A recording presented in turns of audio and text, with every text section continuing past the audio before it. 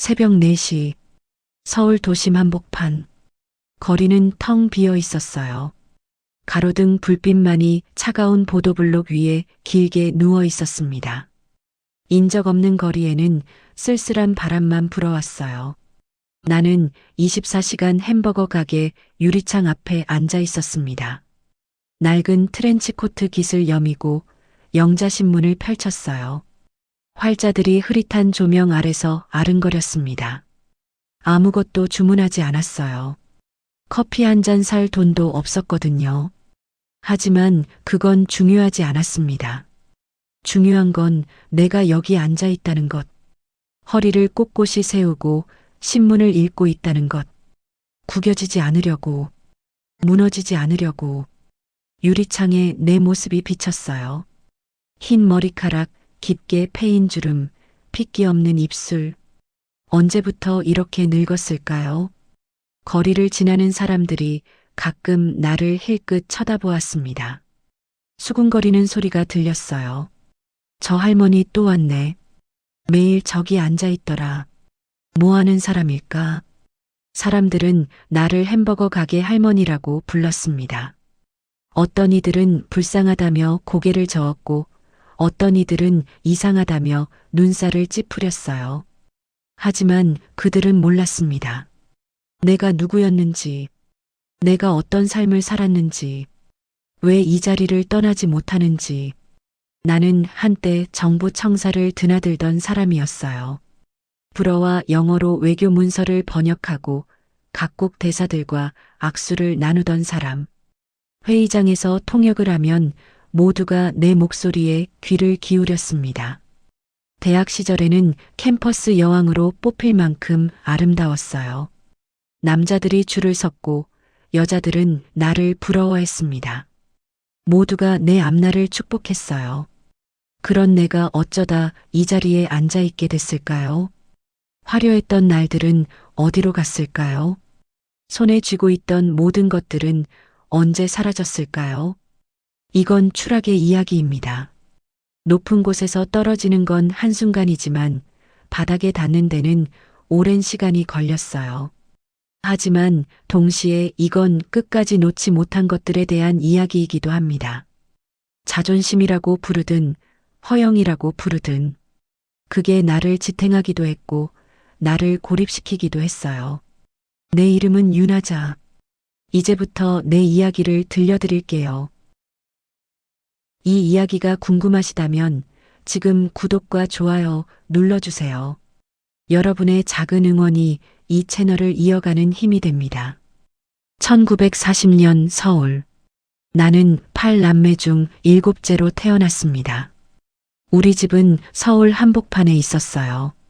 아버지는 작은 사업을 하셨고 어머니는 집안일을 돌보셨습니다. 넉넉하지는 않았지만 굶을 정도는 아니었어요. 바로 위에 언니가 있었습니다.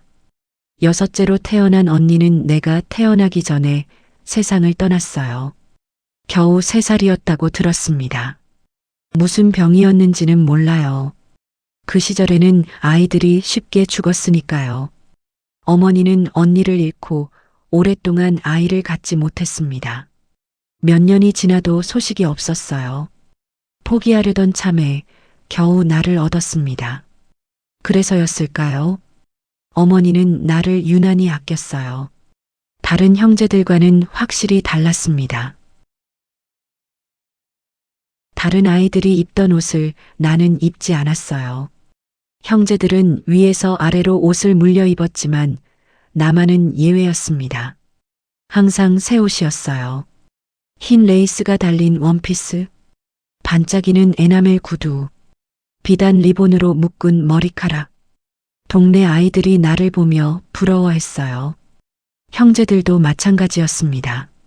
하지만 어머니는 아랑곳하지 않았어요.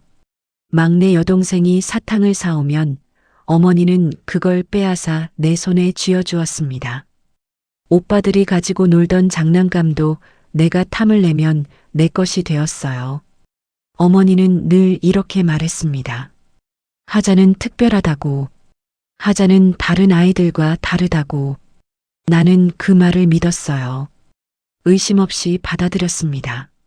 나는 특별한 아이라고, 다른 사람들보다 뛰어난 존재라고. 2초 침묵. 형제들의 눈빛이 차가워지는 걸 느꼈습니다. 특히 막내 여동생은 나를 피했어요. 내가 다가가면 고개를 돌렸고 말을 걸면 짧게 대답했습니다. 하지만 나는 신경 쓰지 않았어요. 그 애들이 나를 질투하는 거라고 생각했거든요. 어머니의 사랑을 독차지한 내가 부러운 거라고. 지금 생각하면 참 어리석었습니다. 그때 조금만 달랐더라면, 형제들에게 조금만 더 다정했더라면, 나중에 그렇게 외로워지지 않았을 텐데. 하지만 그때는 몰랐어요. 어린 나는 그저 어머니의 말만 믿었습니다. 배경음악 동화 같은 분위기에서 점점 무거워지며 학교에서도 나는 특별했어요. 공부를 잘했거든요. 선생님들은 내 성적표를 보며 감탄했습니다. 이 아이는 머리가 좋다고, 앞날이 창창하다고. 친구들은 내 주변에 모여들었어요. 예쁘고 공부도 잘하고 집안도 나쁘지 않은 아이. 모두가 나와 친해지고 싶어 했습니다. 나는 그런 관심이 당연하다고 생각했어요. 내가 그만한 가치가 있으니까. 사람들이 나를 좋아하는 건 자연스러운 일이니까. 그렇게 나는 공주로 자랐습니다. 세상의 중심에 내가 있다고 믿으며. 2초 침묵. 17살이 되던 해, 나는 거울 앞에 서서 내 얼굴을 들여다보았어요. 갸름한 턱선, 또렷한 이목구비, 길게 따아내린 검은 머리카락, 맑고 깊은 눈동자. 나는 아름다웠습니다. 스스로도 그걸 알았어요. 거울 속에 내가 마음에 들었습니다. 어머니가 방문을 열고 들어왔어요. 내 뒤에 서서 거울을 함께 바라보았습니다. 어머니의 얼굴에 만족스러운 미소가 번졌어요. 그리고 내 어깨에 손을 얹으며 말했습니다. 하자야, 너는 분명 대단한 사람이 될 거야. 평범하게 살면 안 돼. 평범하게 살면 안 된다. 그 말이 내 가슴에 깊이 새겨졌어요. 나는 고개를 끄덕였습니다. 당연하다고 생각했어요. 나는 평범한 사람이 아니니까. 특별한 삶을 살아야 하니까. 그때는 그 말이 축복처럼 들렸습니다. 어머니가 내게 거는 기대가 자랑스러웠어요. 하지만 지금 생각하면 그게 내 인생의 족쇄가 될 줄은 몰랐어요. 평범하면 안 된다는 그 말이 나를 끝까지 따라다니며 괴롭힐 줄은. 1959년 나는 서울의 한 외국어 대학 불어과에 입학했습니다. 당시 여자가 대학에 가는 건 흔한 일이 아니었어요. 더군다나 외국어를 전공한다니. 주변에서는 다들 놀랐습니다. 여자가 대학은 가서 뭘 하려고. 그냥 시집이나 잘 가면 되지. 수군거리는 소리가 들렸어요. 하지만 어머니는 단호했습니다. 우리 하자는 다르다고. 이 애는 크게 될 아이라고. 집안에서도 말이 많았어요. 큰오빠가 아버지에게 따졌습니다. 왜 여자애한테 대학을 보내느냐고. 자기들은 못 갔는데 왜 막내만 특별 대우냐고. 아버지는 아무 말 없이 담배만 피웠어요. 결정은 이미 내려진 거였습니다. 어머니의 뜻대로. 형제들의 눈빛이 더욱 차가워졌어요. 하지만 나는 개의치 않았습니다. 그들의 질투라고 생각했거든요. 나만 대학에 가는 게 부러운 거라고. 대학 캠퍼스는 새로운 세상이었어요. 처음 교문을 들어섰을 때의 기분을 아직도 기억합니다. 붉은 벽돌 건물들, 나무 그늘 아래 벤치에 앉아 책을 읽는 학생들, 잔디밭 위로 불어오는 봄바람, 모든 게 빛나 보였어요. 내 앞에 무한한 가능성이 펼쳐져 있는 것 같았습니다. 불어 수업을 들으며 나는 파리를 꿈꿨어요. 센 강변을 걷는 상상, 에펠탑을 올려다보는 상상, 샹젤리제 거리의 카페에 앉아 커피를 마시는 상상. 발음 연습을 할 때면 눈을 감았습니다. 내가 정말 파리에 있는 것처럼 불어가 내 입에서 자연스럽게 흘러나왔어요. 교수님은 내 발음을 칭찬했습니다. 자네는 타고났다고, 언어에 대한 감각이 남다르다고, 꼭 외교관이 되라고. 외교관. 그 단어가 내 가슴에 불을 지폈어요. 외교관이 되면 세계를 무대로 일할 수 있었습니다. 각국의 대사들과 만나고 중요한 회의에 참석하고 나라를 대표해서 협상하는 모습을 상상했어요. 그게 나의 꿈이 되었습니다. 평범하지 않은 삶, 특별한 삶, 어머니가 바라던 대로. 2학년이 되던 해봄, 학교에서 축제가 열렸어요. 캠퍼스 여왕 선발 대회가 있었습니다. 각 과에서 한 명씩 후보를 내보내는 행사였어요. 친구들이 나를 추천했습니다. 불어가 대표로 나가라고, 무조건 될 거라고. 처음에는 망설였어요. 그런 대회에 나가는 게 부끄럽기도 했거든요. 하지만 친구들이 계속 부추겼습니다. 내가 안 나가면 누가 나가냐고. 불어가의 자존심이 걸렸다고. 결국 나는 출전했어요. 대회 당일, 나는 흰 드레스를 입고 무대에 섰습니다. 조명이 내 얼굴을 비췄어요. 객석에서 탄성이 터져 나왔습니다. 심사위원들이 고개를 끄덕였어요.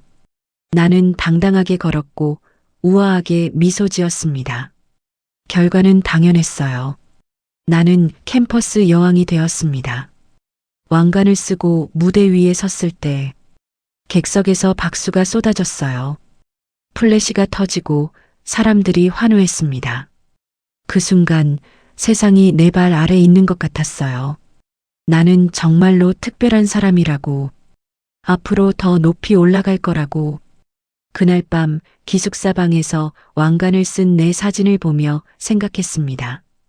이게 시작이라고. 나는 더 빛나는 미래를 향해 가고 있다고. 하지만 인생은 올라가기만 하는 게 아니었어요.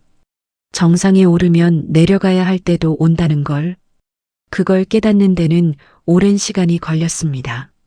아니, 어쩌면 나는 끝까지 그걸 인정하지 못했는지도 모릅니다. 높은 곳에서 내려오는 법을 배우지 못한 채 나는 계속 올라가기만 하려고 했어요. 1963년 대학을 졸업하던 해, 주일 영사관 시험에 합격했습니다. 합격 통지서를 받아든 날, 아직도 기억합니다. 손이 떨렸어요. 글자가 눈에 들어오지 않았습니다. 몇 번이고 다시 읽었죠. 합격. 정말 합격이었습니다. 외교관의 꿈이 현실이 되는 순간, 그 종이 한 장이 내 인생을 바꿔놓을 것만 같았어요. 집에 돌아가 어머니에게 소식을 전했습니다. 어머니의 눈에 눈물이 글썽였어요. 두 손으로 내 손을 꼭 잡는 어머니. 내가 뭘 했어? 우리 하자는 다르다고 했잖아. 자꾸만 되뇌는 그 말. 아버지도 드물게 웃음을 보이셨습니다. 아무 말 없이 나를 바라보는 형제들. 축하한다는 말은 없었어요. 하지만 신경 쓰지 않았습니다. 너무 기뻤으니까요. 1963년 가을, 도쿄행 비행기. 생애 처음 타보는 비행기였습니다. 창밖으로 펼쳐진 구름, 하얗고 부드러운 구름 위를 나는 기분. 정말로 특별한 사람이 된 것 같았어요. 땅 위의 평범한 사람들과는 다른 구름 위를 걷는 사람. 도쿄공항. 그 규모에 압도당했습니다. 분주하게 오가는 사람들. 일본어와 영어가 섞인 안내방송. 영사관에서 나온 직원이 나를 맞이했어요. 검은 세단에 몸을 싣고 시내를 달렸습니다. 창밖으로 스쳐 지나가는 도쿄의 거리. 높은 빌딩들. 번쩍이는 네온 사인. 정돈된 거리와 깔끔한 사람들. 서울과는 다른 세상이었습니다. 내가 일하게 될 새로운 세상. 도쿄의 영사관. 바쁘게 돌아가는 곳이었어요. 나는 불어와 영어 문서를 번역하는 일을 맡았습니다. 아침 일찍 출근해서 책상 앞에 앉았어요. 세계 각국에서 온 문서들이 쌓여 있었습니다. 프랑스어로 된 외교 서한, 영어로 작성된 협정문, 한 글자 한 글자 옮겨 적었죠. 단어 하나의 뉘앙스가 중요했습니다. 잘못 번역하면 외교 문제가 될 수도 있었어요. 신중하게, 정확하게 일했습니다. 회의 통역을 맡기도 했어요. 대사관 관계자들이 모인 자리, 모든 사람이 내 목소리에 귀를 기울였습니다. 내가 말하면 그들이 고개를 끄덕였어요. 내가 전달하는 말이 곧 공식적인 의사소통. 그 책임감이 무거웠지만 동시에 자랑스러웠습니다.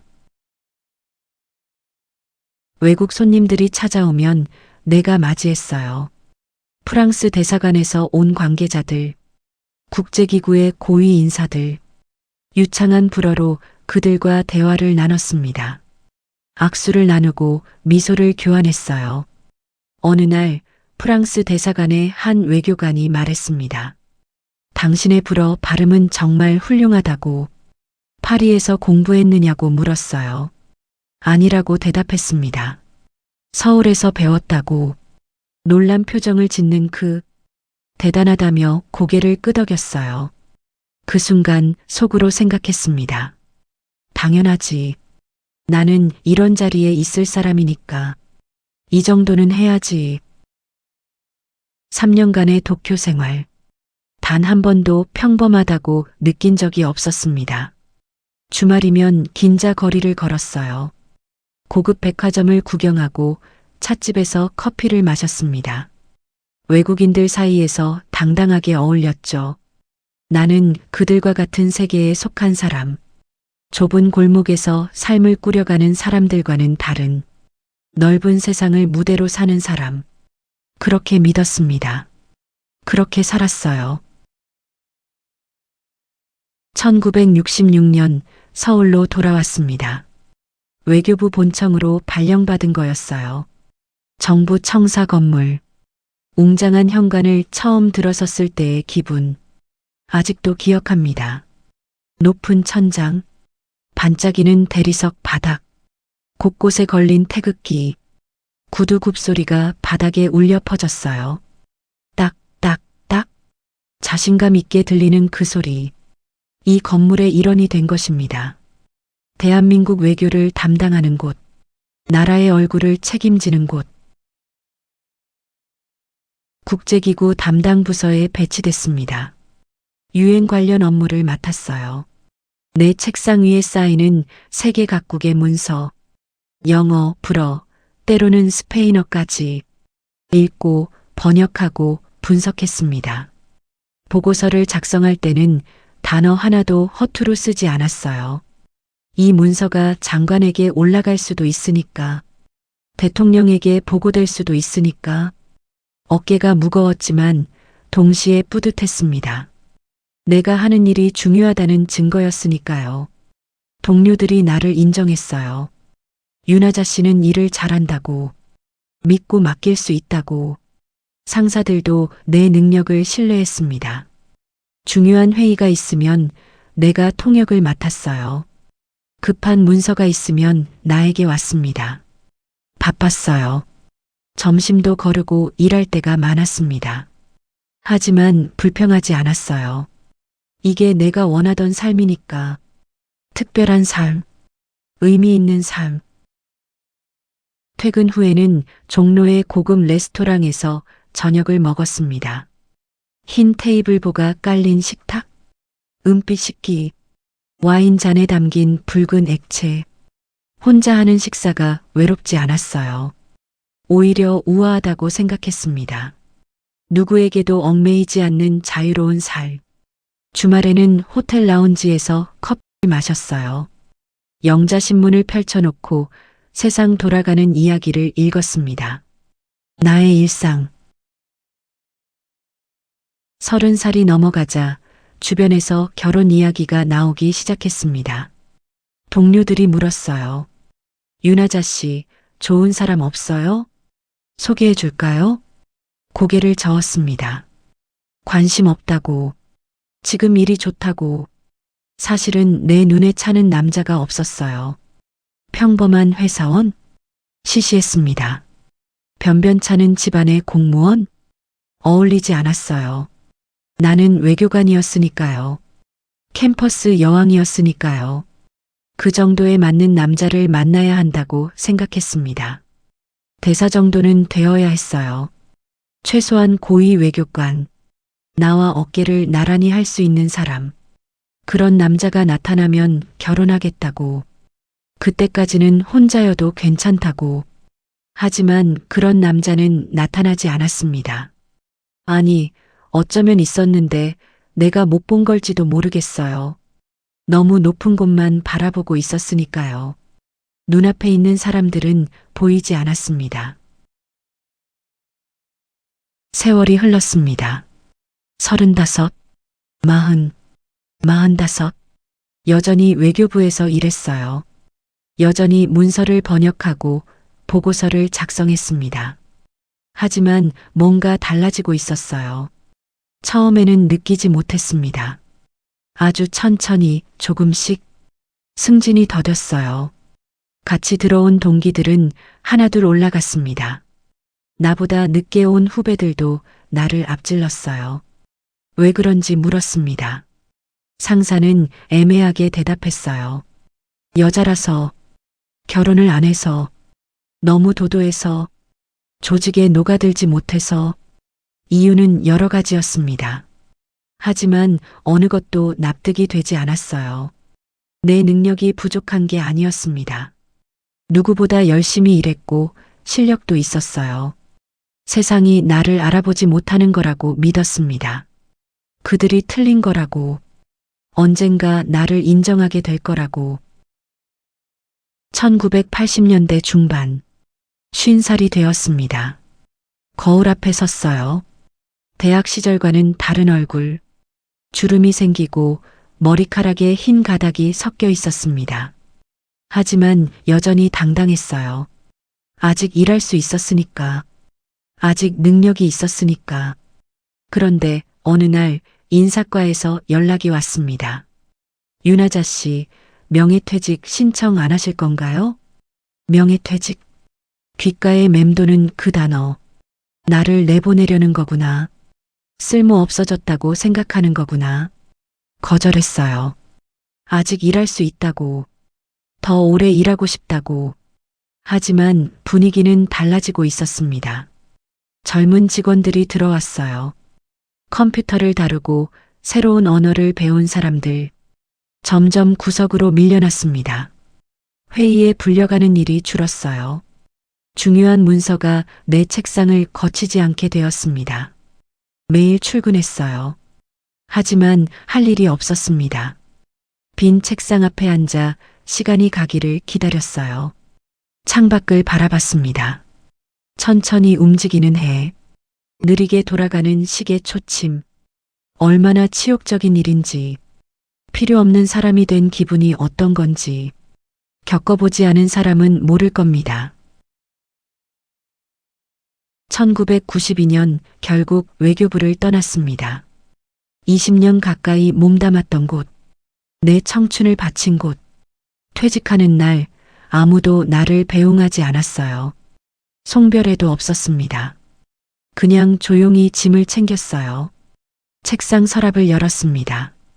오래된 서류들, 색바랜 명함들, 먼지 쌓인 상장 한 장, 상자에 담았어요. 무겁지 않았습니다. 20년의 시간이 이 정도밖에 안 되는구나. 건물을 나서며 뒤를 돌아봤습니다. 햇빛에 빛나는 웅장한 청사 건물, 바람에 펄럭이는 태극기, 알 수 없는 감정이 밀려왔어요. 이게 끝이라는 걸 인정하고 싶지 않았습니다. 여기가 내 자리였는데, 나는 여기 있어야 하는 사람인데, 눈물이 날 것 같았어요. 하지만 꾹 참았습니다. 여기서 울면 안 돼. 무너지면 안 돼. 고개를 돌리고 걸었습니다. 하지만 발걸음이 떨어지지 않았어요. 몇 번이고 뒤를 돌아봤습니다. 그날 이후로 자주 그 건물 근처를 서성였어요. 이유는 나도 몰랐습니다. 그냥 거기 있고 싶었어요. 내가 빛나던 시절이 그 안에 남아있는 것 같아서, 그 건물 근처에 있으면 아직 끝나지 않은 것 같아서. 하자의 이야기가 어떻게 흘러갈지 궁금하시죠? 지금 구독과 좋아요 눌러주시면 끝까지 함께 하실 수 있어요. 여러분의 응원이 큰 힘이 됩니다. 퇴직 후 작은 오피스텔에서 살았습니다. 서울 도심에 있는 작은 방, 창문으로 보이는 건물들. 좁았지만 나 혼자 살기에는 충분했어요. 퇴직금이 있었습니다. 몇 년은 버틸 수 있을 거라고 생각했어요. 그동안 다른 일을 찾으면 되지. 쉬면서 천천히 생각하면 되지. 가볍게 생각했습니다. 하지만 돈은 생각보다 빨리 사라졌어요. 생활 수준을 낮추지 못했습니다. 아니, 낮출 생각을 하지 않았어요. 여전히 고급 레스토랑에서 식사했습니다. 스테이크와 와인, 디저트와 커피, 예전처럼 여전히 호텔 라운지에서 커피를 마셨어요. 창가 자리에 앉아 영자신문을 읽었습니다. 나의 일상이었으니까요. 백화점에서 새 트렌치 코트를 샀습니다. 베이지색 고급 원단, 허리끈을 매면 살아나는 실루엣. 화장품도 수입산을 썼어요. 프랑스 브랜드, 예전부터 쓰던 것들. 다른 건 피부에 안 맞는다고 생각했습니다. 그게 나였으니까요. 그렇게 사는 게 당연했으니까요. 통장 잔고가 줄어드는 건 알았어요. 작아지는 숫자가 보였습니다. 하지만 인정하고 싶지 않았어요. 곧 뭔가 방법이 생길 거라고, 누군가 나를 알아보고 기회를 줄 거라고, 그런 기적 같은 일을 기다렸습니다. 일자리를 찾아보기도 했어요. 외교부 경력이 있으니까, 불어와 영어를 할 수 있으니까, 어딘가에서 필요로 하겠지.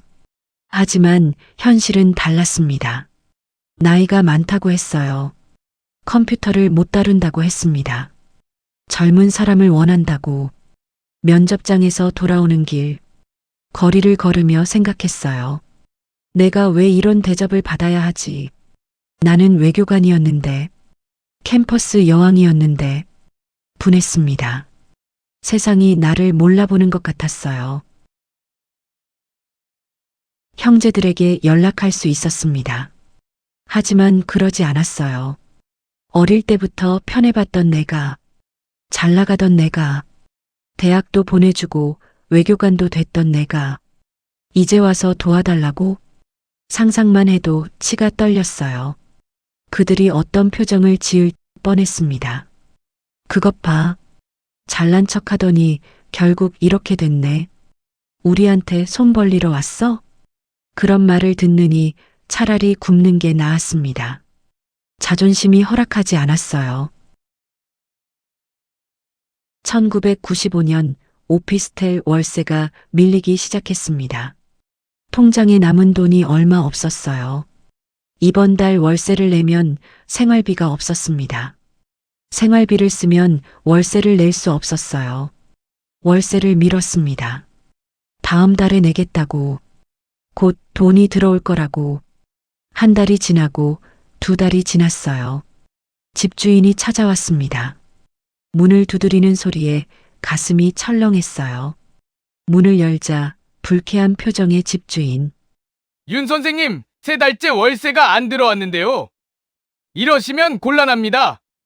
언제 내실 수 있어요? 고개를 들지 못했습니다. 처음으로 느끼는 부끄러움, 달아오르는 얼굴. 조금만 기다려주세요. 곧 해결될 거예요.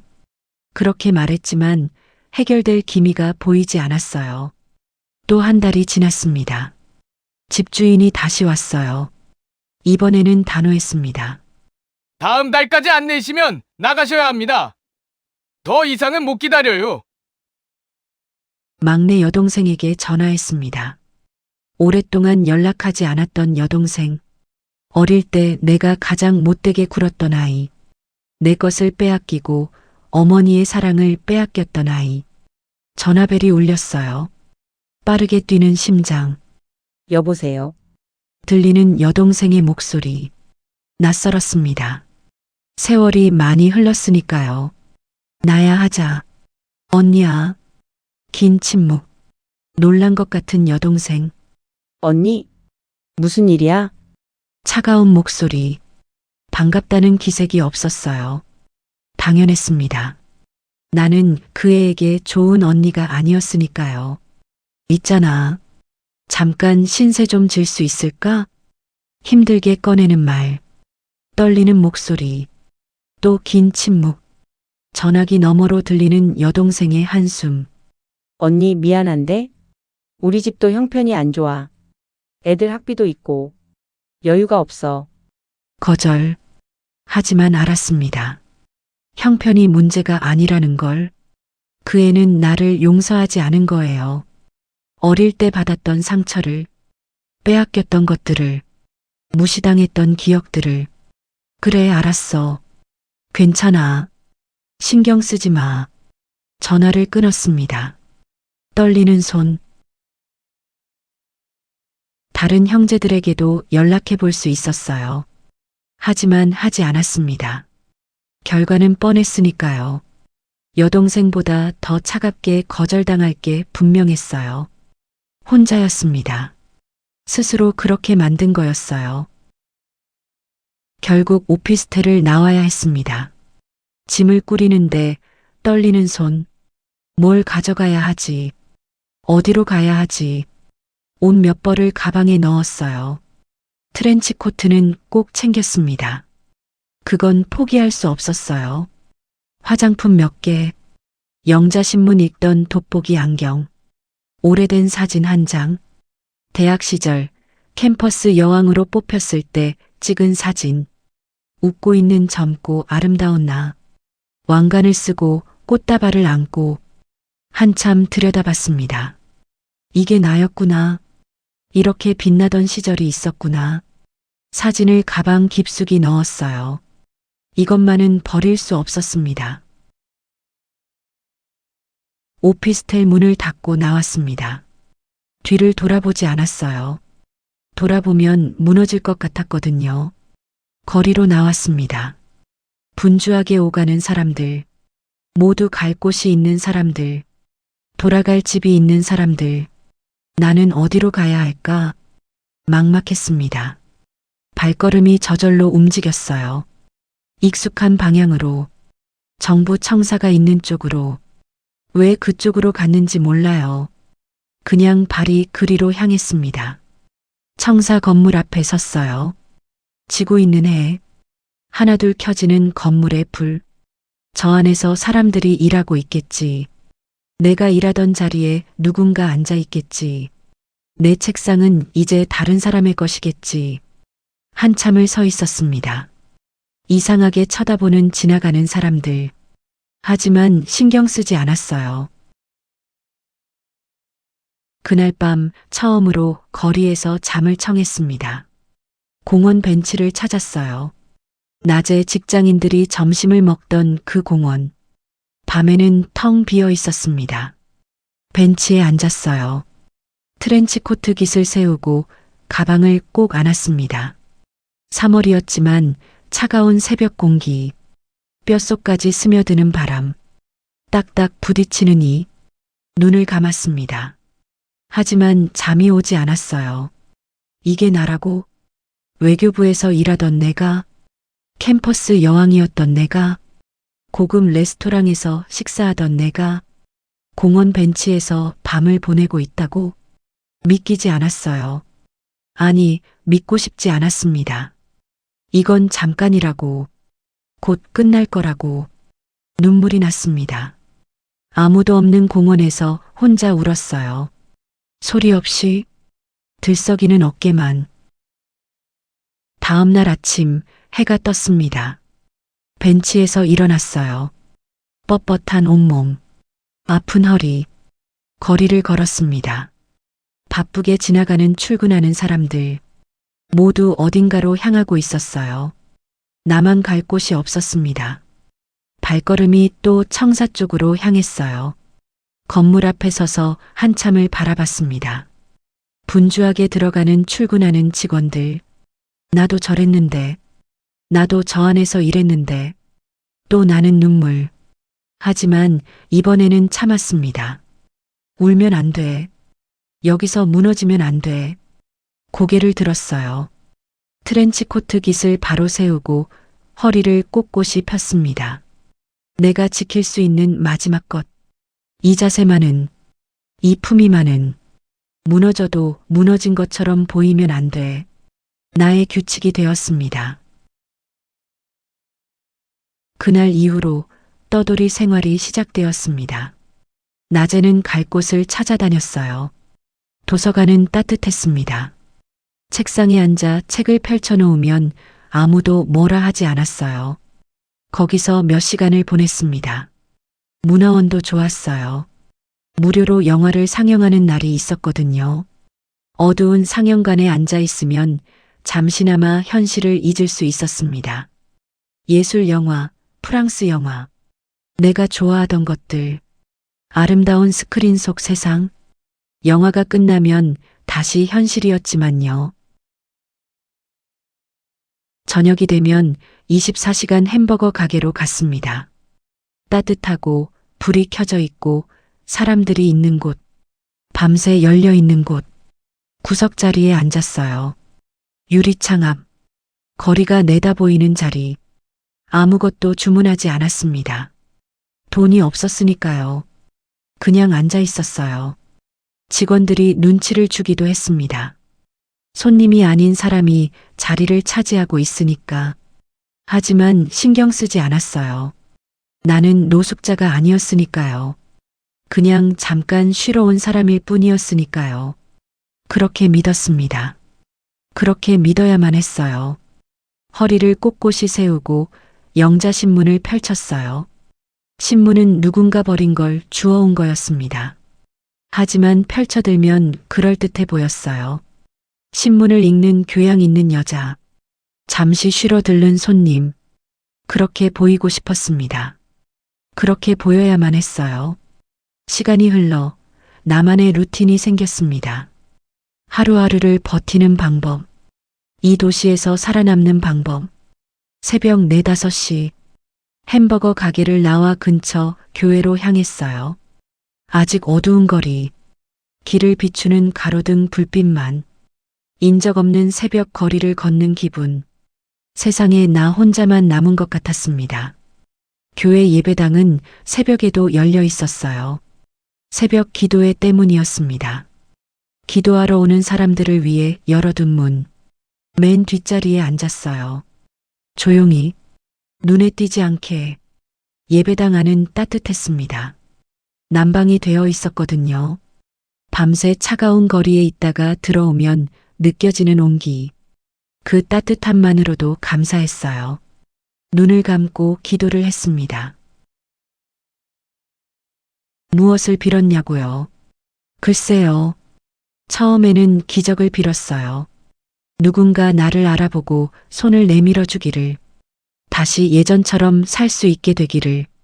외교부에서 다시 일할 수 있게 해주세요. 좋은 일자리를 주세요. 집을 다시 가질 수 있게 해주세요.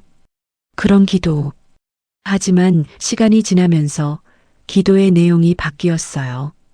점점 소박해졌습니다. 오늘 하루만 버틸 수 있게 해주세요. 오늘 하루만 더 살게 해주세요. 그게 전부였어요. 배경음악 고요하고 쓸쓸한 분위기. 교회에서는 절대 눕지 않았습니다. 나의 규칙. 다른 노숙자들은 벤치에 누워서 잤어요. 긴 의자에 몸을 뉘이고 담요를 덮고. 하지만 나는 그렇게 하지 않았습니다. 눕는 순간 나는 노숙자가 되는 것 같았거든요. 진짜 노숙자. 집 없는 사람. 갈 곳 없는 사람. 인정할 수 없었어요. 그래서 앉아서 졸았습니다. 허리를 세우고 고개만 살짝 숙인 채 졸다가 깨고 깨다가 졸고 뻣뻣해지는 목 아픈 허리. 하지만 눕지 않았어요. 끝까지. 아침 8시쯤 커피 전문점으로 갔습니다. 문을 열고 들어가면 코를 찌르는 커피 향, 따뜻하고 고소한 냄새. 잠시나마 평범한 사람이 된 것 같았어요. 제일 작은 사이즈 커피를 주문했어요. 내가 감당할 수 있는 전부였으니까요. 매달 교회에서 주는 돈이 있었습니다. 어느 마음 좋은 교인이 나에게 주는 용돈. 많지 않았지만 그 돈으로 커피를 샀어요. 커피에 버터를 넣어 마셨습니다. 점원에게 버터를 따로 달라고 했어요. 작은 버터 덩어리. 커피에 버터를 넣는 건 프랑스에서 배운 방식. 옛날 외교부에서 일할 때 프랑스 대사관 사람에게 들었습니다. 그렇게 마시면 부드럽고 고소하다고.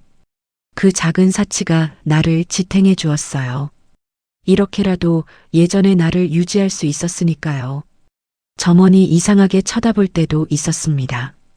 커피에 버터를 넣는 할머니. 이상한 사람이라고 생각했겠죠. 하지만 개의치 않았어요. 나는 레이디였으니까요. 레이디는 남의 눈치를 보지 않아요. 낮에는 문화원에 갔습니다. 일본 문화원에서 무료 영화를 상영했거든요. 매주 몇 편씩. 예술 영화, 고전 영화, 다큐멘터리. 거의 빠지지 않고 갔어요. 상영관 의자에 앉으면 편했거든요. 어둡고 조용하고 따뜻했습니다. 스크린에서 흘러나오는 영화. 다른 세상의 이야기. 다른 사람들의 삶. 영화를 보는 동안에는 내 현실을 잊을 수 있었어요. 아름다운 스크린 속 세상. 질서가 있고 이야기가 있고 결말이 있었습니다. 내 삶은 그렇지 않았지만요. 질서도 없고 결말도 보이지 않았지만요. 영화가 끝나면 불이 켜졌습니다. 돌아오는 현실. 나는 다시 갈 곳 없는 사람이었어요. 저녁이 되면 또 햄버거 가게로 갔어요. 같은 자리. 유리창 앞 구석 자리. 거리가 내다보이는 자리. 그 자리를 좋아했습니다. 밖을 바라볼 수 있었거든요. 지나가는 사람들을 구경할 수 있었어요. 젊은 연인들이 손을 잡고 걸었습니다. 지친 표정으로 퇴근하는 직장인들, 뛰어다니는 아이들, 천천히 걷는 노인들, 모두 어딘가로 가고 있었어요. 집으로, 가족에게로. 나만 갈 곳이 없었습니다. 영자신문을 펼쳐 읽었어요. 세상이 어떻게 돌아가는지 알고 싶었습니다. 국제뉴스, 경제소식, 문화이야기. 외교부에서 일할 때부터 영자신문을 읽었거든요. 습관. 그 습관만큼은 버리지 못했습니다. 신문을 읽으면 아직 세상과 연결되어 있는 것 같았어요. 아직 교양 있는 사람인 것 같았습니다. 노숙자가 아니라. 어느 날 젊은 여자가 내 앞에 앉았어요. 카메라를 든 남자와 함께. 취재진이었습니다. 할머니, 인터뷰 좀 해도 될까요? 할머니. 거슬리는 그 호칭. 나는 할머니가 아니에요. 그냥 나이가 좀 있을 뿐이지. 선생님이라고 불러주세요. 내가 말했어요. 당황한 표정을 짓는 여자. 아, 네. 선생님, 여기서 매일 밤을 보내신다고 들었는데 이유가 있으신가요? 영자신문에서 눈을 떼지 않고 대답했습니다. 그건 나의 프라이버시예요. 더 이상 대답하고 싶지 않았어요. 내 사정을 왜 남에게 말해야 하죠? 내 삶을 왜 설명해야 하죠? 취재진은 몇 가지 더 물었지만 대답하지 않았습니다. 결국 그들은 일어나서 갔어요. 하지만 그 뒤로 취재진이 계속 찾아왔습니다. 다른 방송국에서도 왔어요. 햄버거 가게 할머니, 영자신문 읽는 노숙자, 전직 외교관. 사람들이 내게 관심을 가지기 시작했어요. 나를 따라다니는 카메라. 불편했습니다. 내 삶이 구경거리가 되는 것 같았거든요. 동물원의 동물처럼. 하지만 동시에 이상한 기분도 들었어요. 누군가 나에게 관심을 갖는다는 것, 내 이야기를 듣고 싶어 한다는 것, 오랫동안 잊고 있던 감정이었습니다. 존재감, 내가 아직 존재한다는 느낌. 취재진이 물었어요. 선생님, 도움을 받으실 생각은 없으세요? 시에서 지원을 해드릴 수 있대요. 쉼터도 있고, 복지 혜택도 있고. 도움. 실은 그 단어. 나는 도움이 필요한 사람이 아니에요. 나는 불쌍한 사람이 아니에요. 그냥 잠시 어려운 시기를 보내고 있을 뿐이에요. 필요 없어요. 나는 노숙자가 아니에요. 단호하게 말했습니다. 이해하지 못하는 눈빛의 취재진. 왜 도움을 거부하냐고. 더 편하게 살 수 있는데 왜 안 받느냐고. 당연하죠. 그들은 내가 누구였는지 모르니까요. 외교부에서 일하던 내가, 캠퍼스 여왕이던 내가, 노숙자 쉼터에 들어가라고요? 상상도 할 수 없었습니다. 방송이 나간 뒤 사람들이 나를 알아보기 시작했어요. 거리를 걸으면 들리는 수군거림. 저 할머니 아니야? TV에 나온 햄버거 가게 할머니. 불쌍해, 저렇게 살다니. 근데 자존심은 왜 저렇게 세대? 도와주겠다는데 왜 거부해? 이상한 사람이야.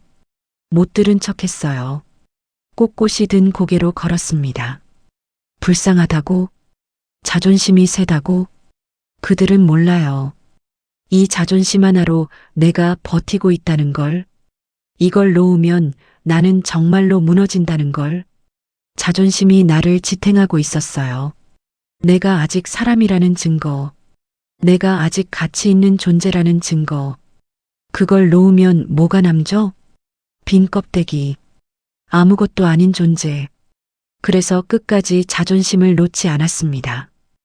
허영이라고 불러도 좋아요. 고집이라고 불러도 좋아요. 그게 나였으니까요. 내가 가진 전부였으니까요. 시에서 사람이 왔어요. 복지사라고 했습니다.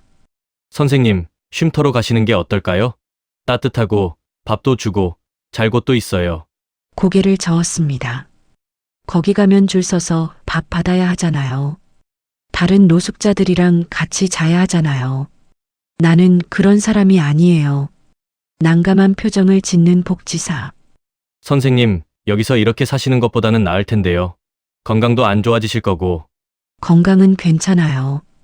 이렇게 잘 살고 있어요. 신경 쓰지 마세요. 복지사는 한숨을 쉬고 돌아갔어요. 그게 옳은 선택이라고 생각했습니다. 쉼터에 가면 나는 정말로 노숙자가 되는 거니까. 남들이 정해준 대로 사는 거니까. 나는 내 방식대로 살고 싶었어요. 비록 이런 방식이라 해도 배경음악 고독하지만 단단한 분위기.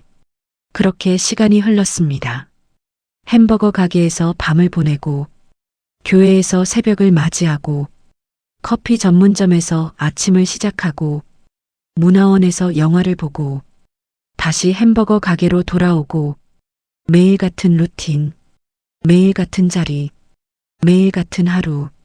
나만의 성을 쌓은 것 같았어요. 보이지 않는 벽을 둘러친 것 같았습니다. 아무도 들어올 수 없는 곳, 아무도 건드릴 수 없는 곳, 나만의 세계. 외로웠냐고요? 네, 외로웠어요. 하지만 인정하지 않았습니다. 외롭다고 말하면 지는 것 같았거든요. 나는 혼자여도 괜찮아요. 혼자서도 잘 살아요. 누구의 도움도 필요 없어요. 그렇게 스스로에게 말했습니다. 매일, 밤마다. 2011년 어느 날, 커피 전문점에서 커피를 마시고 있었어요. 여느 때처럼 창가 자리에 앉아 있었습니다. 작은 커피 한 잔, 버터 한 조각, 영자신문. 그때 누군가 다가왔어요. 금발의 젊은 여자, 파란 눈, 밝은 미소, 외국인이었습니다. 영어로 말을 거는 그녀. 실례합니다. 혹시 자리 괜찮으세요? 오랜만에 듣는 영어. 외교부에서 일하던 시절 이후로 제대로 영어를 쓸 일이 없었거든요. 반가웠습니다. 귀에 익숙한 언어, 입에 익숙한 단어들. 물론이죠. 앉으세요. 나도 영어로 대답했어요. 자연스럽게 나오는 목소리. 녹슬지 않았더군요. 맞은편에 앉는 그녀. 미소를 지으며 하는 자기소개. 이름은 스테파니. 미국에서 온 대학원생. 한국에서 공부하고 있다고 했습니다. 우리는 영어로 대화를 나눴어요. 처음에는 간단한 이야기. 날씨가 좋다는 둥. 이 커피가 맛있다는 둥. 그러다가 스테파니가 물었어요. 선생님은 뭐 하시는 분이에요? 선생님. 할머니가 아니라 선생님이라고 부르는 그녀. 잠시 망설였습니다. 뭐라고 대답해야 할까? 노숙자라고 할까? 집 없는 사람이라고 할까? 예전에 외교부에서 일했어요. 번역과 통역을 했습니다. 그렇게 대답했어요. 거짓말은 아니었으니까요. 커지는 스테파니의 눈. 정말요? 대단하시네요. 외교관이셨어요? 대단하다. 오랫동안 듣지 못한 말이었어요. 나를 불쌍하게 보지 않는 사람. 나를 이상하게 보지 않는 사람. 그냥 내 이야기에 관심을 가져주는 사람. 따뜻해지는 가슴. 그날 이후 스테파니는 자주 나를 찾아왔어요. 일주일에 2~3번. 같은 커피 전문점에서 만났습니다. 같은 자리에서 커피를 마시며 이야기를 나눴어요. 영어로. 스테파니는 내 이야기를 들어주었습니다. 외교부에서 일하던 시절 이야기. 도쿄 영사관에서 보낸 시간. 대학 시절 캠퍼스 여왕이던 이야기. 눈을 반짝이며 듣는 그녀. 정말요? 그리고요. 더 들려주세요. 누군가 내 이야기에 귀 기울여주는 기분. 오랫동안 잊고 있던 기분이었습니다. 나는 스테파니에게 한글을 가르쳐 주었어요. 부탁하는 그녀. 한국에서 살려면 한글을 알아야 한다고. 가르쳐 줄 수 있냐고. 물론이죠. 기꺼이 가르쳤습니다. 오랜만에 누군가에게 뭔가를 가르쳐 주는 기분. 내가 쓸모 있는 사람이라는 느낌. 나다라. 기억, 니은, 디귿, 리을. 열심히 따라하는 스테파니. 어눌했지만 귀여운 발음. 선생님, 발음이 이게 맞아요? 아니, 좀 더 부드럽게. 이렇게 발음을 교정해주면 다시 따라하는 그녀. 점점 나아졌습니다. 고맙습니다, 선생님. 스테파니가 말했어요. 선생님 덕분에 많이 배우고 있어요. 얼마나 소중한 말인지 다 할 수 없었습니다. 스테파니는 나에게 물었습니다. 선생님, 왜 도움을 거부하세요? 시에서 지원도 해준다던데요? 더 편하게 사실 수 있잖아요. 한참을 생각하다 대답했어요. 나는 평범하게 살면 안 되는 사람이었어. 어릴 때부터 그렇게 자랐거든. 어머니가 늘 그렇게 말했어. 특별하게 살아야 한다고. 그래서 지금 이렇게 사는 것도 내 방식대로 사는 거야. 남들이 정해준 대로 살 순 없어. 그건 나답지 않으니까. 고개를 끄덕이는 스테파니. 이해한다는 표정. 판단하지 않았어요. 비웃지 않았어요. 불쌍하다고 하지도 않았어요. 그냥 받아들여 주었습니다. 있는 그대로의 나를. 그 애만이 나를 이해해 주었어요. 유일한 사람. 나이도 국적도 언어도 달랐지만 스테파니는 내 유일한 친구가 되었습니다. 2012년 겨울. 몸이 좋지 않았습니다. 멈추지 않는 기침. 처음에는 감기려니 했어요. 날이 추우니까, 밖에서 자니까. 하지만 점점 심해지는 기침. 가래에 섞여 나올 때도 있는 피. 힘이 없는 몸. 걷는 것도 힘들었습니다. 걱정하는 스테파니. 선생님, 많이 안 좋아 보여요. 제발 병원에 가세요. 제가 모셔다 드릴게요. 고개를 저었습니다. 괜찮아. 곧 나아질 거야. 별거 아니야. 병원에 가면 돈이 들었어요. 병원에 가면 내 처지가 드러났어요. 집 없는 사람, 보험 없는 사람, 싫었습니다. 나아지지 않았어요. 점점 더 나빠졌습니다. 어느 날 울먹이며 말하는 스테파니. 선생님, 저 곧 미국으로 돌아가야 해요. 학업이 끝나서요. 더 이상 한국에 있을 수가 없어요. 알고 있었어요. 언젠가 이런 날이 올 거라는 걸, 영원히 함께할 수 없다는 걸. 스테파니는 유학생이었으니까요. 한국에 영원히 있을 사람이 아니었어요. 언젠가는 떠날 사람. 그래도 막상 그 말을 들으니 아픈 가슴. 그래, 알았어. 잘 가. 공부 열심히 해. 담담하게 말했어요. 떨리지 않게 하는 목소리. 내 손을 잡는 스테파니. 따뜻한 손, 젊은 손. 선생님, 저 아이가 생기면 꼭 데리고 올게요. 선생님한테 보여드리고 싶어요. 우리 아이한테 선생님 이야기 해줄 거예요. 한국에서 만난 멋진 분이 있다고. 미소 지었습니다. 눈물이 날 것 같았지만 참았어요. 기다릴게. 기다릴 수 있을지 몰랐지만요. 그래도 그렇게 말했어요. 나를 안아주는 스테파니. 오랜만에 느끼는 체온. 사람의 온기. 따뜻했어요. 너무 따뜻해서 아팠습니다. 스테파니가 떠난 뒤 더 외로워졌습니다. 햄버거 가게에 앉아 있어도, 교회에서 기도해도, 커피 전문점에서 커피를 마셔도, 가시지 않는 공허함, 비어있는 옆자리, 영어로 이야기를 나눌 사람이 없었어요.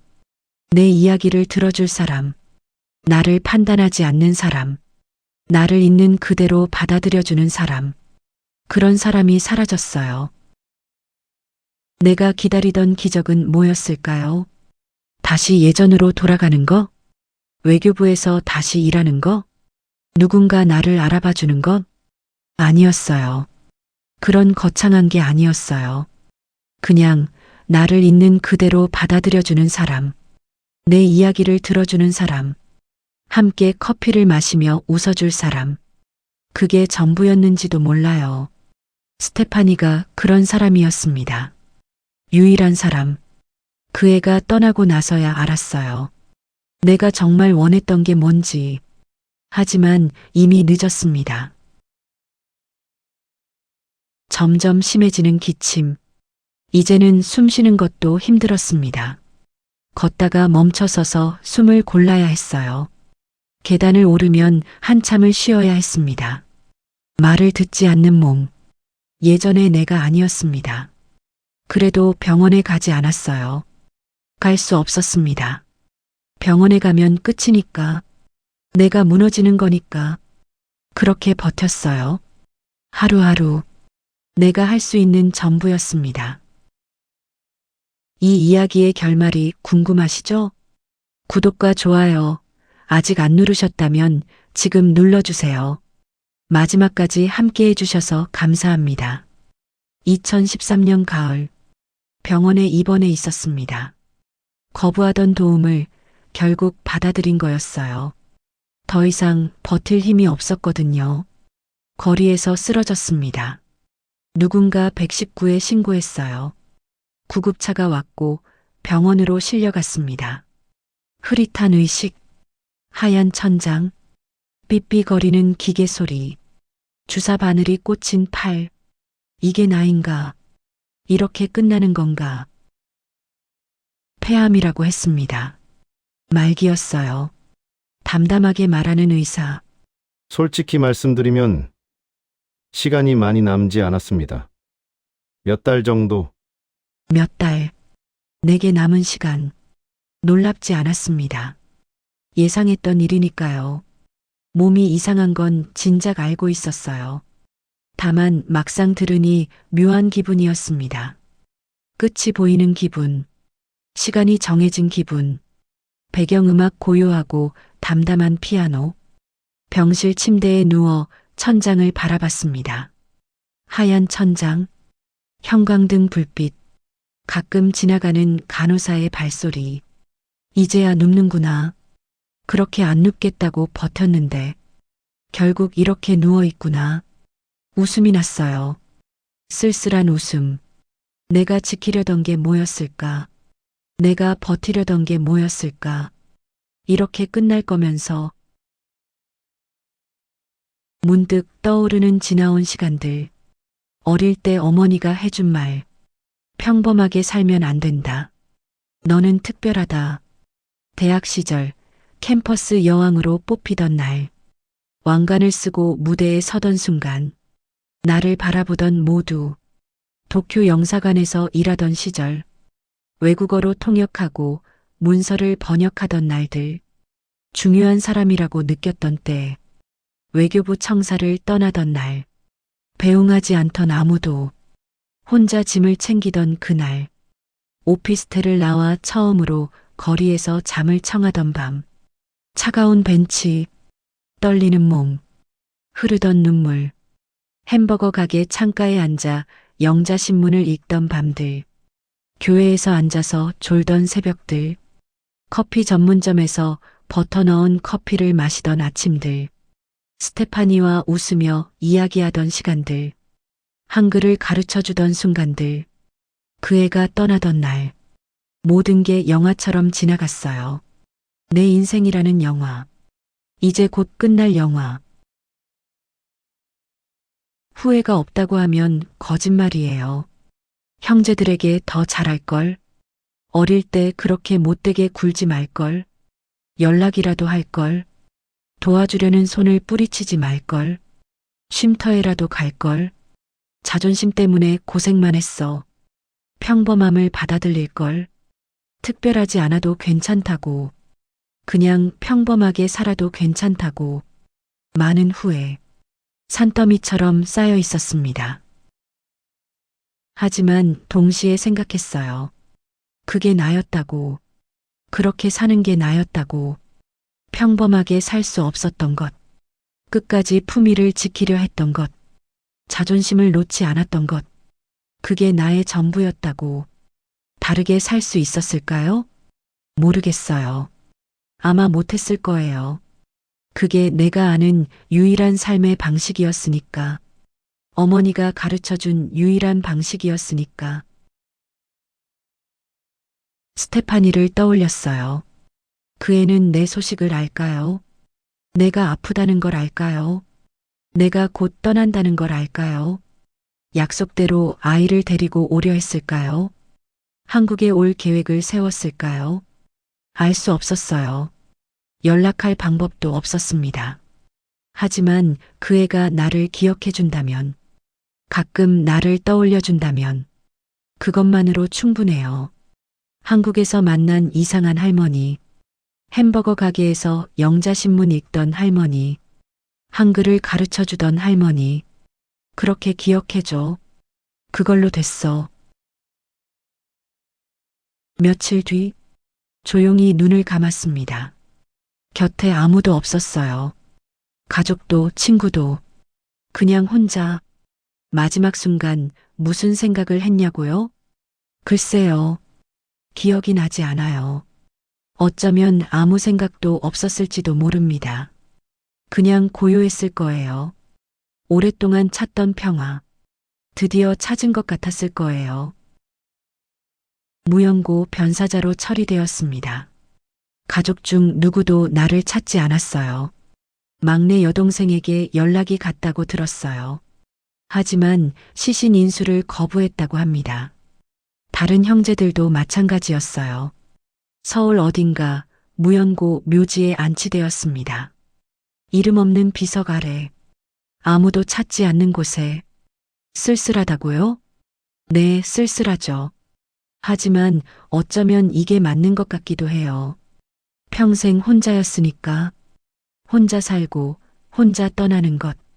나의 방식이었으니까.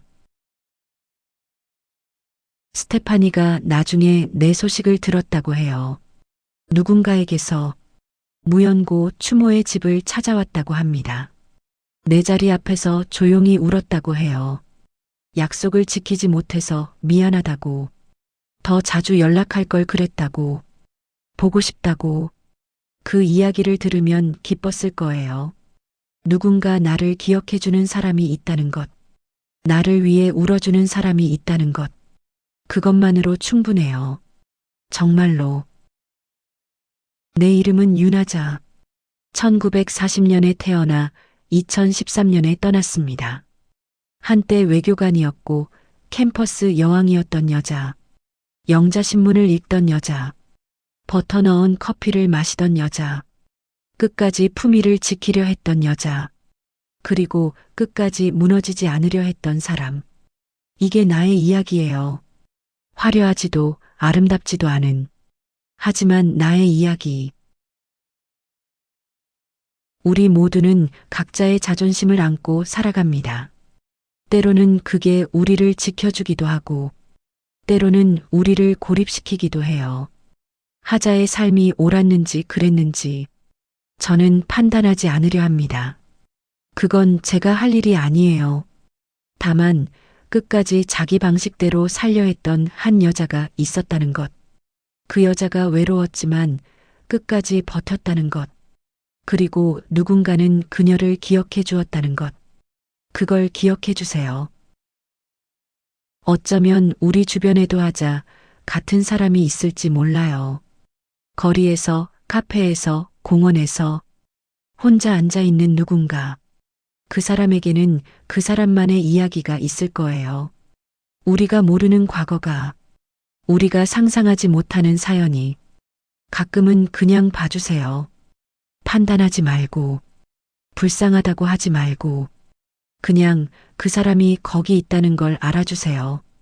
그것만으로도 큰 위로가 될 수 있으니까요. 오늘 이야기 들어주셔서 감사합니다. 긴 이야기였는데 끝까지 함께 해주셨네요. 다음 이야기에서 또 만나요. 그때까지 건강하세요.